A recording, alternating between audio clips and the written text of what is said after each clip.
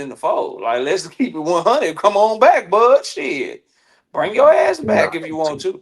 That's But my thing. My thing He is, waiting on somebody to come fly back. through a talk car shit. window to come back, man. That nigga ain't Come coming back, back. Exactly. come back though. If you talking like this, come back, nigga. It's gotta be boobs. Gotta be. But be my thing is Boots. that we know Gotta he's be never shown Boots. any enthusiasm to fight anybody dangerous. He kept himself from that atmosphere of fights for a reason. Anybody else would have been dying, especially with that many with that many wins and no losses. Anybody else would have already been in the fold of fighting championship fights, marquee fights, big paydays, and he wouldn't have to attach his name to nobody else for a successful payday. When Floyd Mayweather fucking retired and he came back, anybody that fought him, the value translated with his name. You know what I'm saying? Like everybody knew the money fight, you had to go and see one person. Everything led up to one road, up one mountain, as all mountains lead up to one motherfucking place. But for some reason with Crawford, he needs to leech his name onto somebody else for a successful payday. And then he'll go out his motherfucking mouth to say, these guys got their biggest paydays with me. Like he contributed to the draw. Fam, do that by yourself. With all your belts, you should be able to put on a successful pay-per-view somewhere. I don't know why that hasn't happened yet. Seeing that was but another he should be able to thing. do that. You That was seen the another thing Madrimov y'all was numbers, talking bro? They about. was They was nasty. trash. Yeah, Cash. They was trash. I think that was something y'all was talking about seeing before I hit the panel and me and Boxing Haggard started going back and forth. And that's the other thing. Bud, and Rick Tim says like the problems people have with Bud, and OG Rick been following me for a long time. So that is one of my main problems. That tweet that y'all was talking about, cause yeah, bro, they got their highest payday with you. It was a big fight, but that half truth, half lie, half of the story shit. People didn't have a problem admitting that Spence was his biggest fight, or that you and Canelo was a big fight. The problem was when it came to Canelo, you was willing to take whatever, move to his weight class. You didn't cause a fuss. You didn't do all of this extra shit. But when it came to Spence, you needed a coin toss. You didn't want to accept that he was a bigger star than you. You needed all this 50-50 shit. You had to call the nigga on the phone and you just wouldn't take the deals and shit like that. Like that be the problem, niggas. Like, yeah, that was the biggest fight. That ain't no problem with them making the most money off of you. But if we just keeping it 100 from a business perspective, you took food off them niggas' plate. You cut into his bag because the number said you didn't deserve what you got. So you got M's more than what you were worth because you were being such an asshole in negotiations. Because you were being such a it's my way or the highway. So you'll do that with somebody who and this gonna piss Blue Hustle Man off Yeah, probably. here I come don't the care. tears. Yeah, you'll do that big dog It sound 50-50. like y'all doing Let's tears right now. let's run this shit with Earl Spence, and I gotta have it this way. But when it comes to somebody that don't look like you, you willing to get on your knees and you willing to placate to him. See, with Al Heyman and PBC is fuck you. You did this, you did that. With Turkey Al Sheik, you hold his hand and shit. That's the problem that niggas be Look, having want with to Bud ride the Crawford, bro. magic carpet. He want to sit in the middle hump. Yeah. Hey, he want to sit in the middle hump with the motherfucking. He don't sit in between the humps. He want to Middle sit in the hump, middle hump nasty. with fucking Turkey and shit. He want to wear the Come same on, turban man. as Turkey Don't and do shit. that, You know bro. what I'm Come saying? on, Like, man. Not fuck my out here. bud. Sin, come on, bro. That's just some Hey, yo, diabolical bro, that's hate, how a bro. nigga move, bro. No, it's not, You man. know, I done said this. I said this at least a It's year ago, sad. maybe two of them. Snack fighters move like hyenas in an Trying to environment tell that's you. ran by lions. All that camaraderie shit, all of that, them backing each other, nobody want to fight each other, and then calling out bigger fighters, but needing conditions, circumstances, situations, rehydrations, stipulations, all that other shit that they motherfucking need to make sure that they safe enough.